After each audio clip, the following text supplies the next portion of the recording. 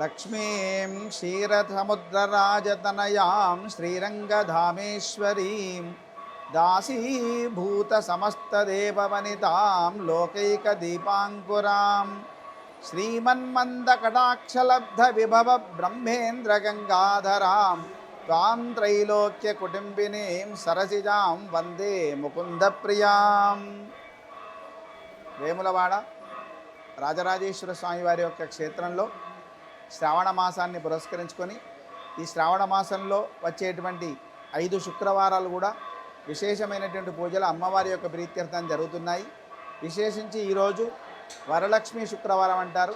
సాధారణంగా మనకు 5 శుక్రవారాలు తటస్థించినప్పుడు పౌర్ణమి కంటే మనకు ముందుగా వచ్చేటువంటి శుక్రవారం ఏతుందో అది వరలక్ష్మి వ్రతం వారం కింద తీసుకుంటారు. కాబట్టి మనకి ఈరోజు వరలక్ష్మి శుక్రవారం అయింది. ఈ యొక్క పర్వాన్ని పురస్కరించుకొని ఉదయం వేళ అమ్మవారికి రాజరాజేశ్వరి అమ్మవారికి లలితా సహస్రనామ అష్టోత్తరనామ సహిత దేవీ చతుషష్టోపచార పూజా కార్యక్రమం ఉదయం మరియు సాయంకాలం వేళ చేయడం జరుగుతుంది.